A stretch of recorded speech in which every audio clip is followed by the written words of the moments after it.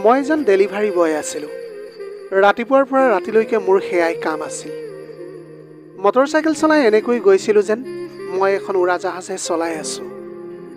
Motor চাইকেলখন মই ইমানেই স্পীডত চলাইছিলোঁ যে য'ত মোৰ লগৰবিলাকে দিনটোত 5টাহে অৰ্ডাৰ সম্পূৰ্ণ কৰিবলৈ পাৰিছিল, তাতে মই 10ৰ পৰা 12টা অৰ্ডাৰ সম্পূৰ্ণ কৰিছিলোঁ। আজিৰ দিনত আমাৰ দৰে ল'ৰাবিলাকৰ এটাই সমস্যা, নিবনুৱা আৰু দৰিদ্ৰতা। কিন্তু তাৰোপৰি মই দেখাত বহুত ধুনীয়াও আছিলোঁ। মাত্ৰ ডেলিভাৰী বয়ৰ ইউনিফৰ্মযোৰ নিপিন্ধিলে ছোৱালীবিলাকে মোৰ প্ৰেমত পৰিবলৈ পাগল হৈ থাকিলেহেঁতেন। আজিও মই সেই ঘৰটোৰ সন্মুখত থিয় হৈ আছিলোঁ, যিটো ঘৰৰ পৰা যোৱা 2 মাহ ধৰি প্ৰতিদিনৰ মূৰে মূৰে কিবা নহয় কিবা এটা অৰ্ডাৰ কৰিছিল। ছোৱালীজনী দেখিবলৈ বহুত ধুনীয়া আছিল। মই আহি পোৱাৰ আগতে ছোৱালীজনীয়ে দৰজাখন খুলি ৰৈ আছিল। যেতিয়া মই গৈ বাইকখন থিয় কৰাইছিলোঁ, তাইৰ মুখত এটা মিচিকীয়া হাঁহি ফুটি উঠিছিল। মই এতিয়া পাৰ্চেলটো তাইৰ হাতত দিছিলোঁ আৰু তাই মোৰ ফালে চাই মিচিকীয়াকৈ এটা হাঁহি মাৰিছিল আৰু লগতে মোৰ হাতত পইচা দিছিল। মই থেংক ইউ বুলি কৈ তাৰ পৰা গুচি আহিছিলোঁ। যোৱা 2 মাহৰ পৰা নিতৌ তেনেকুৱাই হৈ আহিছিল। কেতিয়াবা যদি পিজ্জা, কেতিয়াবা বাৰ্গাৰ আৰু কেতিয়াবা অন্য বস্তু তেওঁ অৰ্ডাৰ কৰিছিল। মোৰ ফোন নম্বৰটো তাই তেতিয়াই লৈছিল যেতিয়া মই দ্বিতীয় দিনা তাইৰ ঘৰলৈ অৰ্ডাৰ দিবলৈ গৈছিলোঁ। তেতিয়া তাই কৈছিল যে প্ৰতিবাৰেই বেলেগ বেলেগ ডেলিভাৰী বয় আহে আৰু মোৰ ঘৰৰ ঠিকনা তেওঁলোকক বুজাওঁতে বুজাওঁতে ঘণ্টা লাগি গৈছিল। বহুতবাৰ আকৌ তেওঁলোকে মোৰ ঘৰৰ ৰাস্তাটো বিচাৰি নাপাই উভতিও গৈছে। এটা কাম কৰা, তোমাৰ নম্বৰটো দিয়া, মই তোমাকে অৰ্ডাৰ দি থাকিম। আৰু তাৰপিছত মোক লাহেকৈ ক'লে যে তাৰোপৰি তোমাৰ কষ্টৰ বিনিময় মই 50 টকা তোমাক বেলেগকৈ দিম। মই ক'লোঁ যে ঠিক আছে বাৰু, একো কথা নাই। মোৰ নিজৰ ভাড়া ঘৰটো সেই ছোৱালীজনীৰ গলিটোৰ ওচৰতে আছিল। মই ভাবিছিলোঁ যে এনেকৈ ওচৰতে মোৰ ভালেই হ'ব আৰু মই পইচাও বেলেগকৈ পাই থাকিম। তাৰোপৰি ছোৱালীজনী দেখাত বহুত ধুনীয়া আছিল আৰু বহুত ষ্টাইল দেখাইছিল।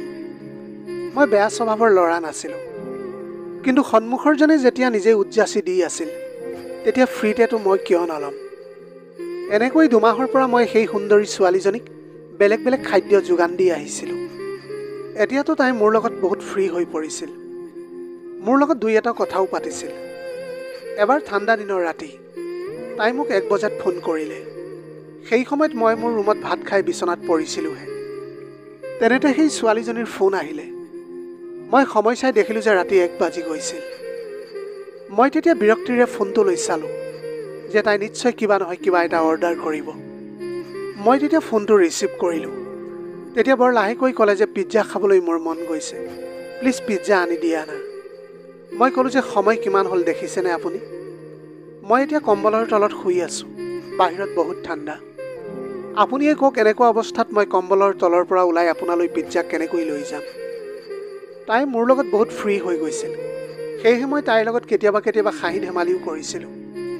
তেতিয়া তাই ক'লে যে মোৰ বহুত ভোক লাগিছে আৰু মোৰ ঘৰত আজি অকল দাইল ভাতহে বনাইছে, যি মই একেবাৰে খাই ভাল নাপাওঁ। মই ৰাতিপুৱাই খোৱা, সেয়েহে মোৰ বহুত ভোক লাগিছে। তুমি যদি মোক পিজ্জা আনি দিয়া তেতিয়াহ'লে মই ডেলিভাৰী চাৰ্জৰ বাহিৰেও বেলেগকৈ তোমাক 100 টকা দিম। মই তেতিয়া ক'লোঁ যে ইমান ঠাণ্ডাত 100 টকাৰ কাৰণে মই ইমান ৰাতিখন যাবলৈ নোৱাৰোঁ। মোৰ কথা শুনি তাইক হাঁহিবলৈ ধৰিলে। ক'লে যে 200 টকা দিম, 300 দিম, ঠিক আছে মই তোমাক 500 টকা দিম। মই ক'লোঁ যে ঠিক আছে, মই গৈ আছোঁ। তাই ক'লে যে ছ' চুইট অফ ইউ। তাৰপিছত তাই ফোনটো কাটি দিলে। ছোৱালীজনীৰ এনেকুৱা শব্দ প্ৰায় মোৰ মুখত হাঁহি বিৰিঙাই তুলিছিল। কিন্তু মই ভবা নাছিলোঁ যে এইটো সময়ত মই তাইৰ ঘৰলৈ গ'লে আজি মোৰ লগত কি হ'ব। তাই আচৰণৰ পৰা মই গম পাইছিলোঁ যে তাই মোক পচন্দ কৰে। কিন্তু মই তাইৰ বিষয়ে তেনেকৈ ভাবিবলৈ নোৱাৰোঁ, কাৰণ তাই বহুত ধনী ঘৰৰ আৰু বহুত ধুনীয়া ছোৱালী আছিল। সেইকাৰণে মই ভাবিছিলোঁ যে তাইনো কিয় মোৰ দৰে ডেলিভাৰী বয় এটাৰ লগত ভাল পাব। মই এতিয়া ভাবিছিলোঁ যে তাইৰ পিছত চাগে ল'ৰাৰ লাইন লাগি আছে। আনহাতে মই এটা বহুত দুখীয়া ঘৰৰ ল'ৰা আছিলোঁ। মোৰ ভাড়া ঘৰটো একেবাৰে পুৰণি আৰু সৰু আছিল, যেন সকলো দৰিদ্ৰতা মোৰ ওপৰতে আহি শেষ হৈ গৈছিল। নহ'লে এয়া হয়তো মোৰ মনৰ ধাৰণা আছিল, কাৰণ মোৰ মা-দেউতাও সেইটো অৱস্থাতে সুখী আছিল। কিন্তু মই মোৰ অৱস্থাক লৈ একেবাৰে সুখী নাছিলোঁ। মই মোৰ মা-দেউতাৰ একমাত্ৰ ল'ৰা আছিলোঁ। মোৰ দেউতাৰ এখন সৰু মিঠাইৰ দোকান আছিল। দেউতাই মোক কৈছিল যে তেওঁৰ দোকানত থাকিবলৈ, কিন্তু মই সেই কামটো আগৰে পৰা ভাল পোৱা নাছিলোঁ। সেইকাৰণে মই তেওঁক একেবাৰে মানা কৰি দিছিলোঁ যে মই এই কামটো কৰিবলৈ নোৱাৰোঁ। মোৰ 3জনী বাই ভনী আছিল। মোৰ মায়ে বহু বছৰৰ পৰা গোটাই থোৱা টকাৰ পৰা মোক এখন বাইক কিনি দিছিল আৰু তাৰ পিছতে মই ডেলিভাৰী বয়ৰ কাম কৰিবলৈ লৈছিলোঁ। মই মোৰ কম্বলখন গুচাই নিজৰ জেকেট পিন্ধি ৰেডি হৈ গ'লোঁ। মোৰ পকেটত 500 টকা আছিল আৰু মই এটা ডাঙৰ পিজ্জা লৈ কিৰণৰ ঘৰৰ সন্মুখত গৈ তাইক ফোন কৰিলোঁ। তাই ক'বলৈ ধৰিলে যে ৰ'বাক, মই গৈ আছোঁ। মই বাহিৰত থিয় হৈ বাৰে বাৰে ঘড়ীটোলৈ চাই আছিলোঁ, কিন্তু 10 মিনিট হৈ গ'ল, তাই তেতিয়া অহা নাছিল। মই তাইক আকৌ ফোন কৰিলোঁ, তেতিয়া তাই ফোন নুঠালে। ঠাণ্ডা ইমানেই আছিল যে 2খন হাত মোহাৰি মই মুখেৰে ফুৱাই ফুৱাই হাত দুখন গৰম কৰিবলৈ চেষ্টা কৰিছিলোঁ। মোৰ মুখেৰে ধোঁৱা ওলাই আহিছিল, ওঁঠ দুটাও ঠাণ্ডাতে কঁপিবলৈ ধৰিছিল। মই এতিয়া বিচাৰিছিলোঁ যে সোনকালেই তাই আহক আৰু মই তাইক পিজ্জা দি ঘৰলৈ গুচি যাওঁ। মই ভাবিছিলোঁ যে বেচেৰীজনীৰ চাগে বহুত ভোক লাগিছে, সেয়েহে ৰাতি 1 বজাতো তাই পিজ্জাৰ অৰ্ডাৰ কৰিছে। ইতিমধ্যে বহুত দেৰি হৈ গৈছিল, কিন্তু তাই অহাই নাছিল। তেতিয়া মই বাইকখনৰ পৰা নামিলোঁ, পিজ্জা হাতত ল'লোঁ আৰু গৈ দৰজাৰ বেলটো বজাই দিলোঁ। কিছু দেৰি পিছত দৰজাখন খোল খালে। তেতিয়া মোৰ সন্মুখত এজন বয়সীয়াল মানুহ থিয় হৈ আছিল। ক'বলৈ ধৰিলে যে কি হ'ল আৰু এয়া কি ধেমালি হা, ৰাতি 1 বজাত মানুহক আমনি কৰিবলৈ আহিছা যে। সেই মানুহজনৰ কথা শুনি মই থতমত খাই গৈছিলোঁ। মই মনে মনে থিয় হৈ থকা দেখি তেওঁ আৰু খঙেৰে ক'লে, কোন হয় তুমি? মই এবাৰ কিৰণৰ ফালে চালোঁ। তেতিয়া তেওঁৰ পিছফালে থিয় হৈ থকা কিৰণে ইংগিত দি মোক ক'বলৈ মানা কৰিলে। সেই মানুহজনে মুখৰ ভিতৰতে কিবা এটা ভৰভৰাই দৰজাখন বন্ধ কৰিবলৈ ল'লে। তাৰপিছত মই ক'লোঁ যে চাওক, মই বহুত দুখীয়া ঘৰৰ ল'ৰা, হয়তো কোনোবাই মোৰ লগত বদমাচি কৰিছে। এতিয়া এই পিজ্জাটোৰ দাম ভৰাটো মোৰ কাৰণে সহজ কথা নহয়। যিয়ে এই পিজ্জাটো অৰ্ডাৰ কৰিছে তেওঁ হয়তো ভুল ঠিকনা দিছে মোক। সেয়েহে যদি এয়া আপুনি ৰাখি দিয়ে তেনেহ'লে মোৰ পইচাটো বাচি যাব। মই একেবাৰে অনুৰোধ কৰি কথাখিনি তেওঁক কৈছিলোঁ। মই বিচাৰিছিলোঁ যে কিৰণে পিজ্জাটো খাবলৈ পাওঁ, কাৰণ তাই ৰাতিপুৱাই কিবা এটা খোৱা বুলি মোক কৈছিল। মানুহজনে তেতিয়া কিছু দেৰি মোৰ ফালে চালে, তাৰপিছত মোক সুধিলে যে কিমান টকা। মই ক'লোঁ যে 500 টকা। তেওঁ ঘৰৰ ভিতৰৰ পৰা 500 টকা লৈ মোক দিলে আৰু পিজ্জাটো লৈ ভিতৰলৈ গুচি গ'ল। মই উভতি মোৰ বাইকখনলৈ যাব লৈছিলোঁহে, তেনেতে ভিতৰৰ পৰা সেই মানুহজনে ডাঙৰ ডাঙৰকৈ কোৱা শুনিছিলোঁ যে ল'ৰাজনে ভুলতে কাৰোবাৰ বেলেগৰ অৰ্ডাৰ লৈ আহিছিলে। যদি মই গম পালোহেঁতেন যে সেয়া তুমি অৰ্ডাৰ কৰিছিলা, তেতিয়াহ'লে মই একেবাৰে সহ্য নকৰিলোহেঁতেন। আজিকালি মই দেখিছোঁ যে তুমি বাহিৰৰ বস্তু বেছিকৈ খাবলৈ চেষ্টা কৰিছা, যিটো মই একেবাৰে ভাল নাপাওঁ।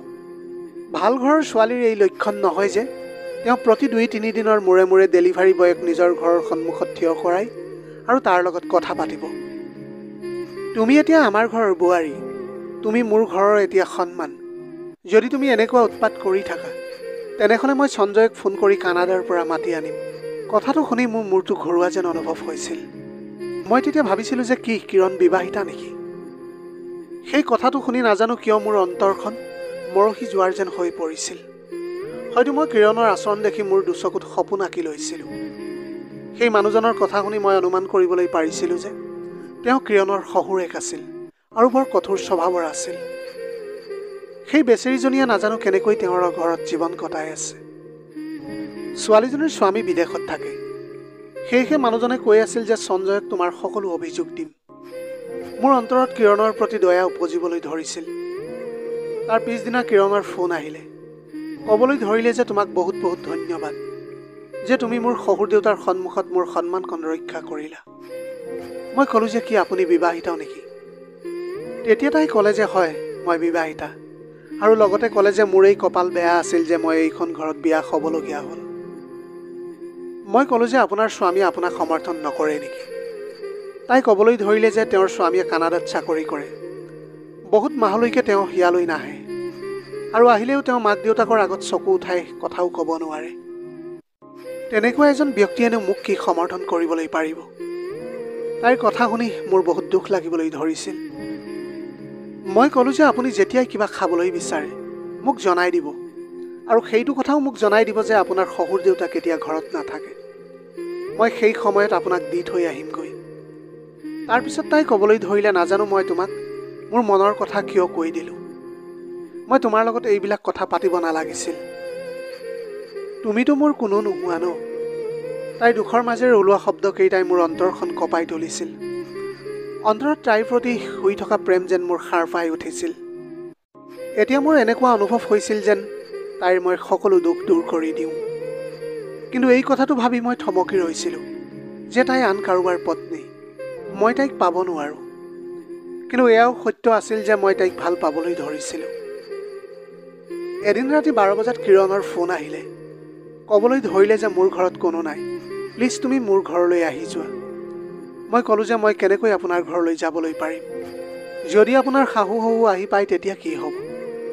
তেতিয়া তেওঁলোকেতো আপোনাৰ জীৱন নৰক বনাই দিব। তেতিয়া কিৰণে ক'বলৈ ধৰিলে যে তেওঁলোক গাঁৱলৈ গৈছে, তেওঁলোকৰ কোনো সম্পৰ্কীয়ৰ মৃত্যু ঘটিছে, তেওঁলোক আজি ঘৰলৈ উভতি নাহে। মোৰ ঘৰত কোনো নাই আৰু অকলে মোৰ বহুত ভয় লাগে। তাই বহুত ভয়ত থকা যেন মোৰ অনুভৱ হৈছিল।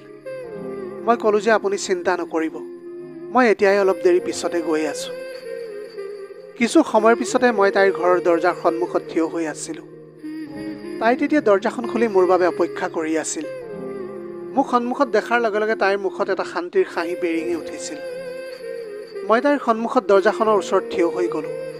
তাই তেতিয়া দৰজাখন খুলি দিলে আৰু মোক ভিতৰলৈ মাতি আনিলে। মই এইটোৱে ভাবি আছিলোঁ যে ভিতৰলৈ যোৱাটো উচিত হ'বনে নহ'ব, কাৰণ ভিতৰত তাই অকলেই আছিল আৰু মই এনেকৈ ভিতৰলৈ যোৱাটো ঠিক নাছিল। কিন্তু মই লক্ষ্য কৰিছিলোঁ যে সেই সময়ত তাই বহুত ভয় খাই আছিল। তেতিয়া মোৰ এনেকুৱা লাগিছিল যে মই ভিতৰলৈ গৈ তাইৰ ভয় নোহোৱা কৰি দিয়াটোৱেই ভাল হ'ব।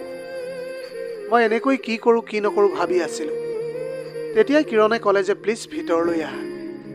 তাৰপিছত মই ভিতৰলৈ গ'লোঁ আৰু তাই মোক ড্ৰয়িং ৰুমতে বহিবলৈ ক'লে আৰু ক'লে যে তুমি ইয়াতে বহা, মই তোমাৰ কাৰণে কিবা এটা খাবলৈ লৈ আহোঁ। মই ক'লোঁ যে নালাগে, মই ইমান দেৰি থাকিব নোৱাৰোঁ। মইতো আপোনাক এইটোৱে ক'বলৈ আহিছিলোঁ যে আপুনি ঘৰৰ সকলো দৰজা খিৰিকী ভালকৈ বন্ধ কৰি লওক। ৰাতি যোনেই নাহক কিয় দৰজাখন নুখুলিব, কাৰণ আপুনি ঘৰত অকলে আছে। আপুনি আন্ধাৰত যদি ভয় কৰে তেনেহ'লে লাইট জ্বলাই শুই যাওক। মই এইটো ভাবিয়ে ইয়ালৈ আহিছিলোঁ যে যাতে মই অহাৰ পিছত আপোনাৰ ভয়টো অলপ কমি যাব। এতিয়া আপুনি বেলেগ কথা একো নাভাবিব আৰু শুবলৈ চেষ্টা কৰক। মোৰ কথা শুনি তাই ক'বলৈ ধৰিলে, আজিলৈকে মই অকলে থাকি পোৱা নাই। তুমি এটা কাম কৰা, তুমি ড্ৰয়িং ৰুমতে শুই যোৱা। মোৰ এনেকুৱা অনুভৱ হ'ব যে অন্ততঃ কোনোবা এজন ঘৰত আছে। মই ক'লোঁ যে চাওক, এইটো ভাল কথা নহ'ব। যদি আপোনাৰ শাহু শহু ৰাতিপুৱাই আহি পায় আৰু আহি মোক দেখে তেতিয়া আপুনি বদনামী হৈ যাব। ঠিক আছে, এইটো মানি ল'লোঁ যে আপোনাৰ শাহু শহু ৰাতিপুৱাই আহি নাপায়। যদি বেলেগ কোনোবা আহে আৰু মোক এনেকৈ দেখে তেতিয়াতো মানুহে আপোনাৰ বিষয়ে নানা ধৰণৰ কথা উলিয়াব। মই নিবিচাৰোঁ যে মোৰ কাৰণে আপোনাৰ বদনাম হোৱাটো। তাই ক'বলৈ ধৰিলে যে ৰাতি মোৰ বহুত ভয় লাগে। এবাৰ মোৰ শহুৰে শাহুৰ গা বেয়া হোৱাত তেওঁক ডাক্তৰৰ ওচৰলৈ লৈ গৈছিল, তাকো কিছু সময়ৰ কাৰণে। আৰু মই সেই সময়ত ইমানেই ভয় খালোঁ যে চিঞৰি চিঞৰি মই গোটেই ওচৰৰ মানুহক একগোট কৰি পেলাইছিলোঁ। আৰু এই সময়তো মোৰ বহুত ভয় লাগি আছে, মই অকলে থাকিব নোৱাৰোঁ। এতিয়া আমি এইবিলাকেই কথা পাতি আছিলোঁ। তেনেতে শুনিলোঁ যে বাহিৰত বৰষুণৰ এটা শব্দ। সেয়া দেখি মোৰ মগজুৱে কাম কৰা বন্ধ কৰি দিছিল। মই যেনে তেনে বাহিৰৰ ফালে খোজ আগবঢ়ালোঁ। সেই সময়ত বৰষুণ বহুত জোৰেৰে দিবলৈ ধৰিছিল, বিজুলীও মাৰি আছিল। তেনেতে কিৰণে ক'লে যে মজা, ভাল সময়তে বৰষুণ দিলে। মই ক'লোঁ যে মোৰ কোনো কথা নাই, মই বৰষুণত তিতি হ'লেও গুচি যাবলৈ পাৰিম। মই তেনেকৈ কৈছিলোঁহে। তেনেতে জোৰেৰে বিজুলী ঢেৰেকনি মাৰিবলৈ ধৰিলে আৰু কিৰণে ভয়তে মোৰ বুকুৰ মাজত সোমাই পৰিলেহি। তাই হঠাতে কৰা এনেকুৱা আচৰণৰ ফলত মই থিতাতে নিথৰ হৈ পৰিছিলোঁ। এটা বিজুলীৰ সোঁত মোৰ শৰীৰৰ মাজেৰে পাৰ হৈ গৈছিল। মই লগে লগে কিৰণক ঠেলি মোৰ পৰা আঁতৰাই দিছিলোঁ। কিবা এটা ভুল হৈ যোৱাৰ আগতে মোক মোৰ ভয় খুন্দিয়াবলৈ ধৰিছিল। মই লগে লগে ক'লোঁ যে আপুনি দৰজাখন বন্ধ কৰি লওক, মই ঘৰলৈ গুচি যাওঁ। তেতিয়া তাই মোৰ হাতখন জোৰকৈ ধৰিলে আৰু কান্দিবলৈ ধৰিলে আৰু লগতে ক'লে যে নাযাবা প্লিজ, ৰাতিৰ আন্ধাৰ, তাৰোপৰি ইমান বিজুলী ঢেৰেকনি বৰষুণ, মোৰ বহুত ভয় লাগি আছে। মই অকলে অকলে ইয়াতে মৰি যাম। তাই মোৰ হাতখন জোৰকৈ ধৰি আছিল। সেই সময়ত আমি বাহিৰত আছিলোঁ আৰু ইতিমধ্যে আমি দুয়োৱে বৰষুণত তিতি গৈছিলোঁ। বৰষুণ কম হোৱাৰ সলনি আৰু বেছিকৈ বাঢ়িবলৈ ধৰিছিল। যিহেতু মাৰ্চ মাহ আছিল, সেইবাবে বৰষুণৰ পানী বহুত ঠাণ্ডা হোৱাৰ বাবে তাই বহুত কঁপিবলৈ ধৰিছিল। ঠাণ্ডা মোৰো বহুত লাগিছিল। কিন্তু মোৰ মগজুত এইটো সময়ত এইটোৱেই চলি আছিল যে কেনেবাকৈ যাতে মই মোৰ ৰুমলৈ যাব পাৰোঁ। কিন্তু বৰষুণ অলপো কমা নাছিল। কিৰণে সেই সময়ত বগা ৰঙৰ এটা কুৰ্তা পিন্ধি আছিল। বৰষুণৰ ফলত কাপোৰযোৰ তাইৰ দেহত একেবাৰে লিপিত খাই গৈছিল আৰু সেই সময়ত তাইক বহুত ধুনীয়া লাগিছিল। মোৰ চকুত হতাশা বাঢ়িবলৈ ধৰিছিল। মই লগে লগে তাইৰ শৰীৰৰ পৰা মোৰ চকু আঁতৰাই আনিবলৈ চেষ্টা কৰিছিলোঁ। মই ইয়াৰ পৰা যাবলৈ বিচাৰিছিলোঁ, নহ'লে আৰু অলপ দেৰি হ'লে যদি, তেনেহ'লে মই নিজকে নিয়ন্ত্ৰণ কৰিব নোৱাৰিম। কাৰণ যিমান হ'লেও মই এজন পুৰুষ আছিলোঁ, আৰু যদি সন্মুখত ইমান ধুনীয়া এজনী ছোৱালী থিয় হৈ থাকে, তাকো ইমান কাষতে, তেতিয়া কোন পুৰুষেনো নিজকে নিয়ন্ত্ৰণ কৰি ৰাখিবলৈ পাৰিব? মই তৎক্ষণাত কিৰণৰ হাতৰ পৰা মোৰ হাতখন এৰুৱালোঁ। কিন্তু তেনেতে বিজুলী ঢেৰেকনি আকৌ দিয়াৰ ফলত তাই পল্লৱ বুলি কৈ মোৰ বুকুৰ মাজত সোমাই পৰিছিল। যেতিয়া কোনো এজন পুৰুষ আৰু কোনো এগৰাকী মহিলা অকলে থাকে, তেতিয়া তাৰ মাজত এটা শয়তানৰ জন্ম হয়। মোৰ মগজুটোৱে সেই সময়ত কাম কৰা বন্ধ কৰি দিছিল। মাত্ৰ বুকুৰ ধপধপনি আছিল, যিটো কিৰণৰ বুকুৰ ধপধপনিৰ লগত একেলগে কঁপিবলৈ ধৰিছিল। কাৰণ তাই মোৰ বুকুৰ মাজত মোক সাৱটি থিয় হৈ আছিল, আৰু তাইৰ ভয়ৰ ফলত তাই দুহাতেৰে মোৰ কঁকালত খামুচ মাৰি ধৰি আছিল। সেই সময়ত তাই বাৰে বাৰে কৈ আছিল, পল্লৱ, মোৰ বহুত ভয় লাগিছে, প্লিজ মোক এৰি নাযাবা। লাহে লাহে মোৰ ভিতৰৰ কামনা জাগিবলৈ ধৰিছিল। মই তাইক ভিতৰলৈ লৈ গ'লোঁ। কোঠাৰ দৰ্জা বন্ধ কৰাৰ লগে লগে আমাৰ ভিতৰৰ কামনাৰ জুই জ্বলি উঠিছিল। শয়তানে আমাৰ ওপৰত ৰাজত্ব কৰিবলৈ ধৰিছিল। কিৰণে মোক মাত্ৰ এবাৰেই মানা কৰিছিল, কিন্তু মইতো মোৰ জ্ঞান বুদ্ধি সকলো হেৰুৱাই পেলাইছিলোঁ। মোৰ জ্ঞানকণ তেতিয়াহে ঘূৰি আহিছিল, যেতিয়া আমাৰ সকলো কামবিলাক হৈ গৈছিল, আৰু এতিয়া মই বৰ বেয়াকৈ অনুতপ্ত হৈ পৰিছিলোঁ। আৰু কিৰণে কান্দি আছিল। তাই কৈ আছিল যে এয়া তুমি মোৰ লগত কি কৰিলা? মইতো তোমাক মোৰ সুৰক্ষাৰ কাৰণেহে মাতি আনিছিলোঁ, আৰু আজি তুমি নিজেই মোৰ লগত তেনেকৈ কৈ তাই ফেকুৰি ফেকুৰি কান্দিবলৈ ধৰিছিল। মই ক'লোঁ যে চাওক, যি হ'ল সেয়া এক দুৰ্ঘটনা আছিল। ৰাতি বৰষুণ বহুত ডাঙৰ আছিল, আৰু তুমিতো নিজেই মোৰ লগত লাগি আছিলা, আৰু মই মোৰ সীমিত জ্ঞানকণ সেই সময়ত হেৰুৱাই পেলাইছিলোঁ। তাই ক'বলৈ ধৰিলে, ময়ো বহুত ভয় খাই আছিলোঁ, আৰু তুমিতো পুৰুষ হয়, তুমি সকলো কাম ভাবি চিন্তি কৰিব লাগিছিল। মইতো ভয়তে মাত্ৰ তোমাৰ পৰা সাহসে বিচাৰি আছিলোঁ, কিন্তু এতিয়া তুমিতো মোক বৰবাদ কৰি দিলা। মই ক'লোঁ, চাওক, যি হৈ গ'ল তাত মোৰ কোনো দোষ নাই। ৰাতি আপুনি তেনেকুৱা সময়ত মোক মাতিবই নালাগিছিল। তেতিয়া তাই ক'বলৈ ধৰিলে, ঠিক আছে, মোৰেই দোষ আছিল, মোৰেই ভুল আছিল। তাই তেতিয়া সৰু ছোৱালীৰ দৰে কথাখিনি কৈ আছিল। মই তাৰ পৰা ৰাতিপুৱা হোৱাৰ আগতেই উভতি আহিছিলোঁ। এতিয়া মই মোৰ কাৰ্যত লাজ অনুভৱ কৰিবলৈ ধৰিছিলোঁ। যেতিয়া মই মোৰ ৰুমলৈ গৈ বিচনাখনত পৰিলোঁ, তেতিয়াহে মই কৰা পাপৰ বেছিকৈ অনুভৱ হ'বলৈ ধৰিছিল। মই এতিয়া ভাবিবলৈ ধৰিছিলোঁ যে মই তালৈ যাবই নালাগিছিল। নাজানো কিয় অন্তৰত এটা অশান্তিয়ে বাঁহ লৈ ফুৰিছিল। মোক যেন মোৰ আত্মাই কৈ আছিল, মই যেন কিবা এটা ডাঙৰ ভুল কৰি পেলালোঁ। মোৰ এতিয়া কিৰণক লৈও বহুত চিন্তা হ'বলৈ ধৰিছিল। তাৰপিছত না কিৰণৰ মোলৈ ফোন আহিছিল, না মই তাইৰ লগত কথা পাতিছিলোঁ। আৰু তাৰ এসপ্তাহমান পিছত কিৰণৰ মোলৈ ফোন এটা আহিলে। মই তেতিয়া ভয়ে ভয়ে ফোনটো ৰিচিভ কৰিলোঁ। তেতিয়া তাই মোক ক'বলৈ ধৰিলে যে, পল্লৱ, মই তোমাক ভাল পাই পেলাইছোঁ। এতিয়া মই তোমাৰ অবিহনে থাকিব নোৱাৰোঁ। যেতিয়াৰ পৰা তুমি গুচি গ'লা, তেতিয়াৰ পৰা মোৰ মনত কেৱল তোমাৰ কথাই ভাহি আহিছে। নাজানো কিয় তোমাক মোৰ মনৰ পৰা মই উলিয়াই পেলাব পৰা নাই। আৰু এনেকৈ যেতিয়া মই নিজকে নিয়ন্ত্ৰণ কৰিবলৈ নোৱাৰিলোঁ, তেতিয়া তোমালৈ বুলি মই ফোন কৰিলোঁ। প্লিজ, মোৰ প্ৰেমৰ প্ৰস্তাৱক তুমি গ্ৰহণ কৰা। মই তোমাৰ অবিহনে এতিয়া জীয়াই থাকিব নোৱাৰোঁ। মই ক'লোঁ যে চাওক, এইবিলাক ঠিক কথা নহয়, এয়া পাপ হয়। আপুনি এগৰাকী বিবাহিতা তিৰোতা, মোৰ লগত সম্পৰ্ক গঢ়াটো এটা ডাঙৰ পাপ হ'ব। আৰু ইফালে আপুনি আপোনাৰ স্বামীৰ লগত এয়া ডাঙৰ প্ৰতাৰণা কৰা হ'ব। তাই কান্দিবলৈ ধৰিলে। ক'বলৈ ধৰিলে যে মোৰ স্বামীয়ে মোক তেওঁৰ মাক দেউতাকৰ সেৱাৰ কাৰণেহে মোক বিয়াখন কৰাই আনিছে। তেওঁতো নিজেই বিদেশত বিয়া পাতি ৰাখিছে, নিজৰ পত্নীৰ লগত সুখৰ জীৱন কটাই আছে, আৰু মোক ইয়াতে নিসংগতাৰ জীৱন কটাবলৈ এৰি দিছে। কিৰণে তেতিয়া কান্দি কান্দি এইবিলাক কথা মোৰ আগত কৈ আছিল। মোৰ এতিয়া তাইৰ প্ৰতি দয়া জাগিবলৈ ধৰিছিল। কেনেকুৱা স্বাৰ্থপৰ স্বামী হ'ব পাৰে সেইজন। তাই ক'বলৈ ধৰিলে, মাত্ৰ মোৰ লগত কথা পাতি থাকিবা, তোমাৰ মাতটো মোক শুনাই থাকিবা, মই তোমাৰ পৰা আৰু একোৱেই নিবিচাৰোঁ। মোৰ অন্তৰো লাহে লাহে কিৰণৰ প্ৰেমত গলিবলৈ ধৰিছিল। যেতিয়াই দিনৰ সময়ত তাই অকলে থাকে, মোক মাতে, মোক নিজৰ কোঠালৈ লৈ যায়, মোৰ লগত প্ৰেম ভৰা কথা পাতে, মোৰ তাই কাষ চাপি আহে। বহুতবাৰ আমি দুয়ো প্ৰেমৰ নামত পাপ কৰি পেলাইছিলোঁ। এদিন সন্ধিয়া মই কিৰণৰ কোঠাতে আছিলোঁ। তেনেতে ঘৰৰ দৰজা বাজিবলৈ ধৰিলে।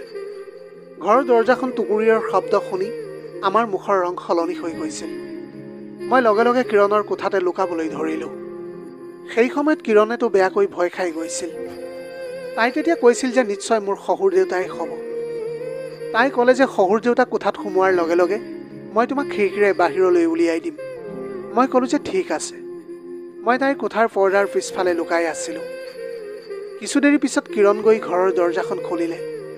তেতিয়া কিৰণৰ মুখৰ পৰা সঞ্জয় নাম শুনি মোৰ অন্তৰখন কঁপিবলৈ ধৰিছিল।